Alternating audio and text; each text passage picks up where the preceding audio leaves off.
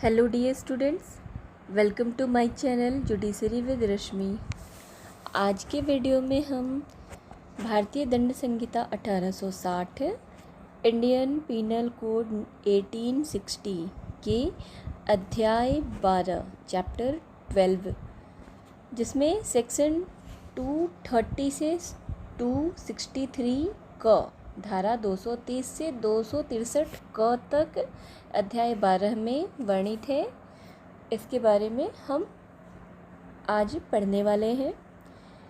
इससे पहले कि हम वीडियो में आगे बढ़ें, अगर आप चैनल पे पहली बार आए हैं और सेक्शन 1 से लेकर सेक्शन 229 धारा 1 से धारा 229 तक पढ़ना चाहते हैं तो आप चैनल के प्लेलिस्ट में जा कर के सारे वीडियोस के माध्यम से अध्याय 1 से अध्याय 11 तक मैंने बहुत ही डिटेल में सारे सेक्शन को कवर कराया हुआ है, तो आप पढ़ सकते हैं।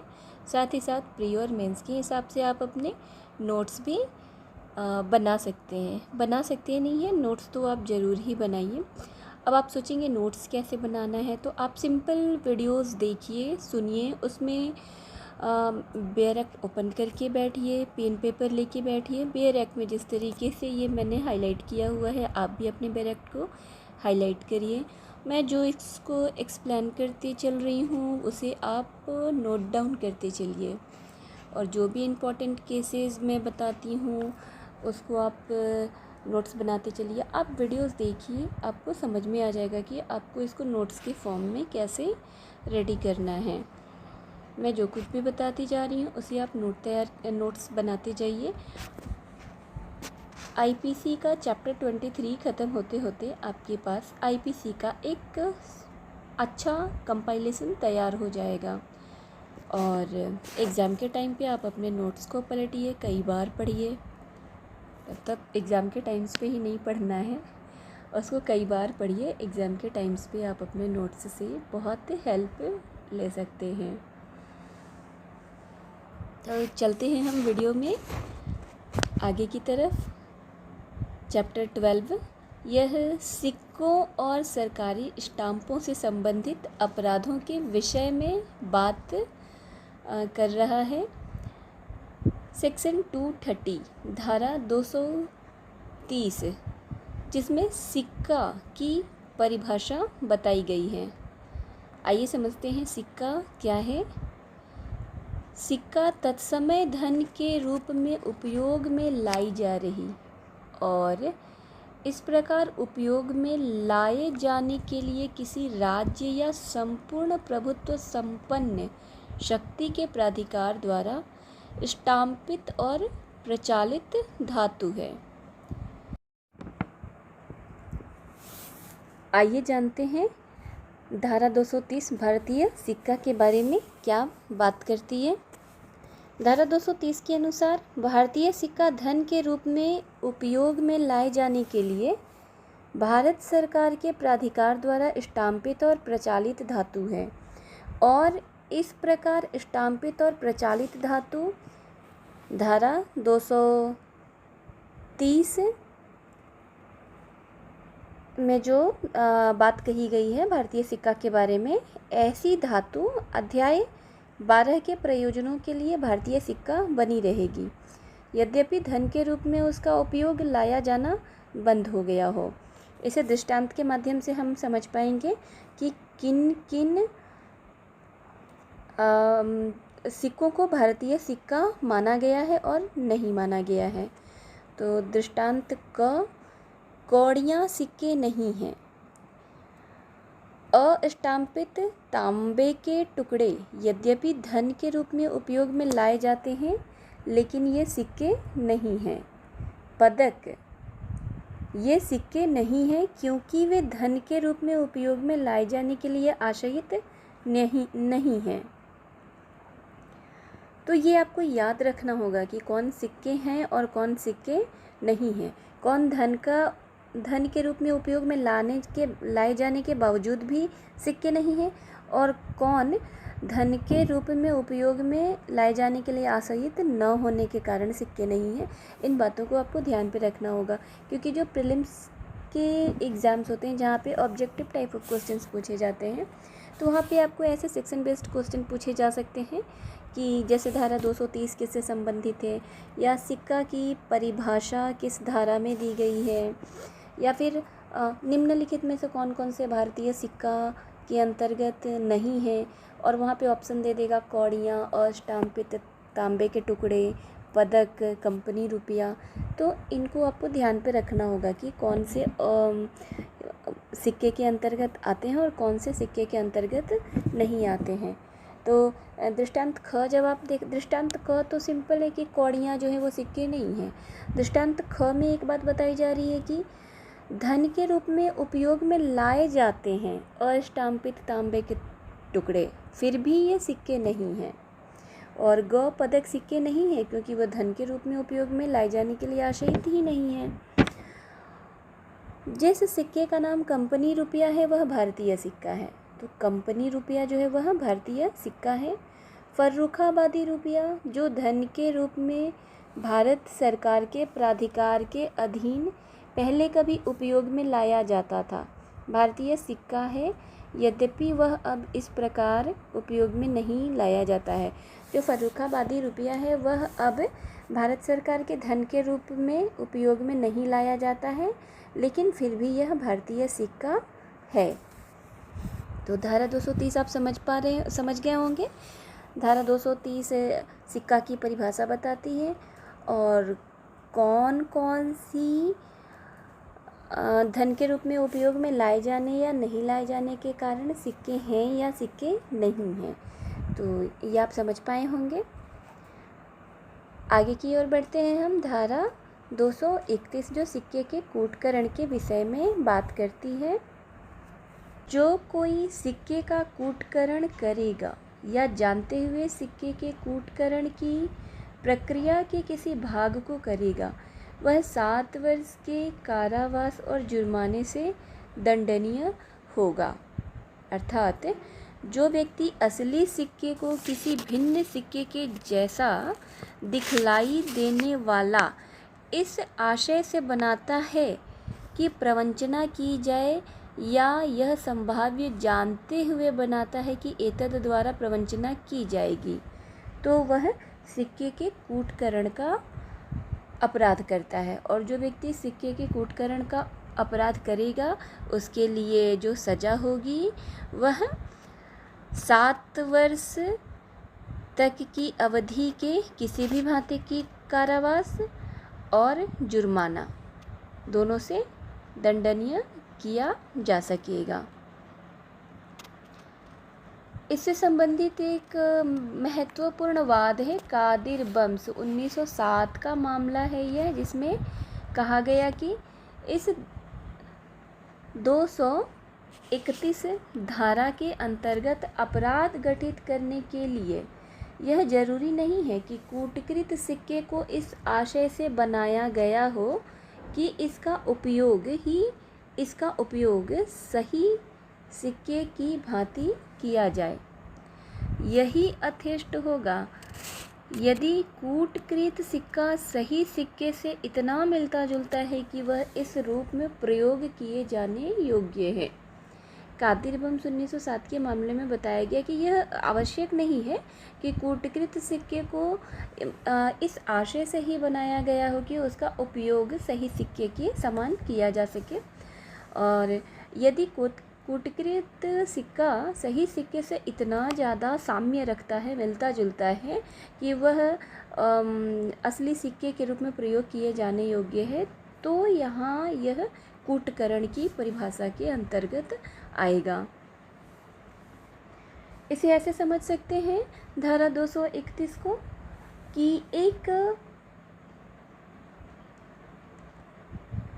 व्यक्ति कुछ नेपाली लोगों के निवेदन पर नेपाली सिक्के की नकल करते हुए जर्मन चांदी की उसकी अनुकृति बनाता है। इन सिक्कों को बनाते समय उन्हें असली सिक्के के रूप में दिए जाने का आशय बिल्कुल नहीं था, क्योंकि उनमें एक हुक लगाने की भी बात थी, परंतु उन्हें बिना हुक का ही दे दिया गया। तो ऐसी दशा में अ जो है वह धारा 231 के अंतर्गत सिक्के के कूटकरण का दोषी होगा। परंतु यदि कूटकृत सिक्के ऐसे बने हैं कि उन्हें देखकर किसी भी व्यक्ति को उनके असली होने का धोखा नहीं हो सकता है, तो उसे कूटकृत नहीं कहे जा सकते हैं। रणछोड़ मुल्ला 1961 का यह वाद था, जिसमें यह बताया गया था कि यदि कूटकृत सिक्के को देखकर किसी व्यक्ति को उसके असली सिक्के होने का भान नहीं होता, तो उसे कूटकृत नहीं कहा जा सकता है। धारा 232 जो भारतीय सिक्के का कूटकरण इस संदर्भ में बात करती है। जो कोई भारतीय सिक्के का कूटकरण करेगा या जानते हुए भारतीय सिक्के के कूटकरण की प्रक्रिया के किसी भाग को करेगा, वह आजीवन कारावास से या दोनों में से किसी भांति के कारावास से, जिसकी अवधि 10 वर्ष तक की हो सकेगी, दंडित किया जाएगा और जुर्माने से भी दंडनीय होगा। तो भारतीय सिक्के का कूटकरण करने के लिए सजा क्या है? आजीवन कारावास या 10 वर्ष तक की अवधि का कारावास और जुर्माना किसी भी प्रकार के दंड से दंडनीय होगा। धारा 233 सिक्के के कूटकरण के लिए उपकरण बनाना या बेचना इस संदर्भ में बात करती है। जो कोई किसी डाई या उपकरण को सिक्के के कूटकरण के लिए उपयोग में लाए जाने के प्रयोजन से या यह जानते हुए या यह विश्वास करने का कारण रखते हुए कि वह सिक्के के कूटकरण में उपयोग में लाए जाने के लिए आशयित है, बनाएगा या सुधारेगा या बनाने या सुधारने की प्रक्रिया के किसी भाग को करेगा अथवा खरीदेगा या बेचेगा या व्ययनित करेगा, वह दोनों में से किसी भांति के कारावास से, जिसकी अवधि 3 वर्ष तक की हो सकेगी, दंडित किया जाएगा और जुर्माने से भी दंडनीय होगा।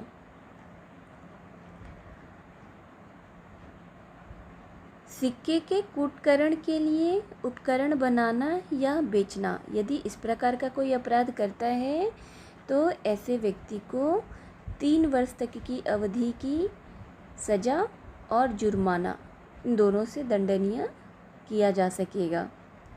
धारा 234 यह बताती है भारतीय सिक्के के कूटकरण के लिए उपकरण बनाना या बेचना। तो भारतीय सिक्के के कूटकरण के लिए उपकरण बनाना या बेचने का अपराध यदि कोई करता है तो उसके लिए उसे 7 वर्ष तक की अवधि के कारावास से दंडित किया जाएगा और जुर्माने से भी दंडनीय होगा। सिक्के के कूटकरण के लिए उपकरण या सामग्री उपयोग में लाने के प्रयोजन से उसे कब्जे में रखना, इस संदर्भ में धारा 235 बात करती है। जो कोई किसी उपकरण या सामग्री को सिक्के के कूटकरण में उपयोग में लाए जाने के प्रयोजन से या यह जानते हुए या विश्वास करने का कारण रखते हुए कि वह उस प्रयोजन के लिए उपयोग में लाए जाने के लिए आशयित है, अपने कब्जे में रखेगा, वह दोनों में से किसी भांति के कारावास से, जिसकी अवधि 3 वर्ष तक हो सकेगी, दंडित किया जाएगा, जुर्माने से भी दंडनीय होगा। यानी सिक्के के कूटकरण के लिए उपकरण या सामग्री उपयोग में लाने के प्रयोजन से उसे कब्जे में रखने का यदि अपराध कोई व्यक्ति करता है तो उसे 3 वर्ष तक की अवधि की कारावास से और जुर्माने से दंडनीय किया जा सकेगा। और यदि ऐसा सिक्का भारतीय सिक्का हो, यानी भारतीय सिक्के के कूटकरण के लिए उपकरण या सामग्री उपयोग में लाने के प्रयोजन से उसे कब्जे में रखा जाता है, तो इस अपराध के लिए 10 वर्ष तक के अवधि के कारावास और जुर्माने से दंडित किया जा सकेगा। धारा 236 भारत से बाहर सिक्के के कूटकरण का भारत में दुष्प्रेरण इस संदर्भ में बताती है कि जो कोई भारत में होते हुए भारत से बाहर सिक्के के कूटकरण का दुष्प्रेरण करेगा वह ऐसे दंडित किया जाएगा मानो उसने ऐसे सिक्के के कूटकरण का दुष्प्रेरण भारत में किया हो। भारत से बाहर सिक्के के कूटकरण का भारत में दुष्प्रेरण करता है तो यह माना जाएगा कि उसने ऐसे सिक्के के कूटकरण का दुष्प्रेरण भारत में किया हुआ है। धारा 237 कूटकृत सिक्के का आयात या निर्यात के संदर्भ में बात करती है और इस अपराध के लिए 3 वर्ष तक के अवधि के कारावास और जुर्माने से दंड की व्यवस्था करती है। धारा 237 के तहत कूटकृत सिक्के का आयात निर्यात का अपराध अगर होता है तो इसके लिए 3 वर्ष की अवधि के कारावास और जुर्माने से दंडित किया जा सकेगा। धारा 238 यह भारतीय सिक्के की कूटकृतियों का आयात निर्यात के संदर्भ में अगर अपराध होता है तो 10 वर्ष तक की सज़ा, 10 वर्ष तक की अवधि के कारावास और जुर्माने के दंड की बात धारा 238 में बताई गई है। धारा 239 सिक्के का परिधान जिसका कूटकृत होना कब्जे में आने के समय ज्ञात था। धारा 239 जो कोई अपने पास कोई ऐसा कूटकृत सिक्का होते हुए जिसे वह उस समय जब वह उसके कब्जे में आया था जानता था कि वह कूटकृत है, कपटपूर्वक या इस आशय से कि कपट किया जाए उसे किसी व्यक्ति को परिदत्त करेगा या किसी व्यक्ति को उसे लेने के लिए उत्प्रेरित करने का प्रयत्न करेगा, वह दोनों में से किसी भांति के कारावास से जिसकी अवधि 5 वर्ष तक की हो सकेगी दंडित किया जाएगा और जुर्माने से भी दंडनीय होगा। यानी सिक्के का परिधान जिसका कूटकृत होना कब्जे में आने के समय ज्ञात था, किसी व्यक्ति को ज्ञात था कि यह सिक्का जो है वह कूटकृत है, उसके बाद वह उसके पास आती है तो और उसके बाद भी वह व्यक्ति ऐसा सिक्का अपने कब्जे में रखता है इस आशय से कि यह इसका कपटपूर्वक प्रयोग करेगा और किसी व्यक्ति को परिदत्त करेगा या उसे लेने के लिए उत्प्रेरित करने का प्रयत्न करेगा, तो ऐसी अवस्था में उस व्यक्ति को 5 वर्ष तक की अवधि के कारावास और जुर्माने से दंडित किया जा सकेगा।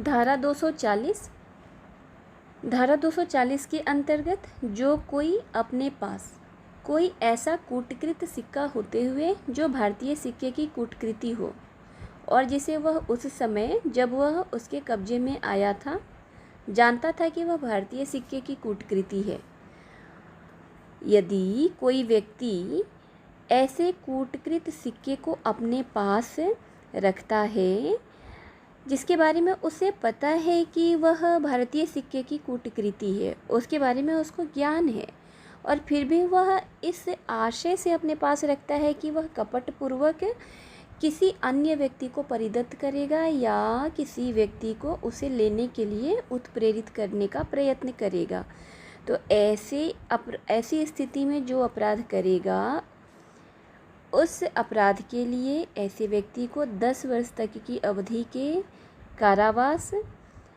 से दंडित किया जाएगा और जुर्माने से भी वह दंडनीय होगा।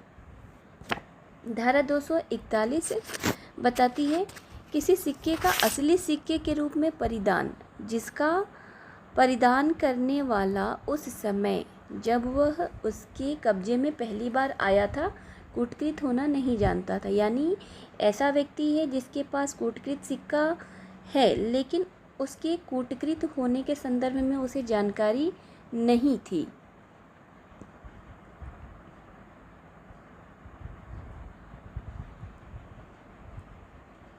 और ऐसी स्थिति में असली सिक्के के रूप में वह परिधान करेगा या किसी दूसरे व्यक्ति को उसे असली सिक्के के रूप में लेने के लिए उत्प्रेरित करने का प्रयत्न करेगा, तो ऐसी स्थिति में वह 2 वर्ष तक की अवधि के कारावास से दंडित किया जाएगा या इतने जुर्माने से जो कूटकृत सिक्के के मूल्य के 10 गुने तक का हो सकेगा, या दोनों से दंडित किया जाएगा। इसे एक दृष्टांत के माध्यम से समझ सकते हैं।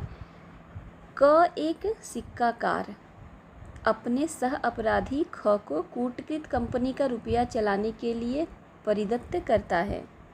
ख उन रुपयों को सिक्का चलाने वाले किसी दूसरे व्यक्ति ग को बेच देता है, जो उन्हें कूटकृत जानते हुए खरीदता है। ग उन रुपयों को घ को, जो उसको कूटकृत न जानते हुए प्राप्त करता है, माल के बदले दे देता है। घ को रुपये प्राप्त होने के पश्चात यह पता चलता है कि वे रुपये कूटकृत हैं और वह उनको इस प्रकार चलाता है मानो वे असली हों। तो यहाँ घ केवल इस धारा के अधीन दंडनीय है, किंतु ख और ग यथास्थिति धारा 239 और 240 के अधीन दंडनीय होंगे।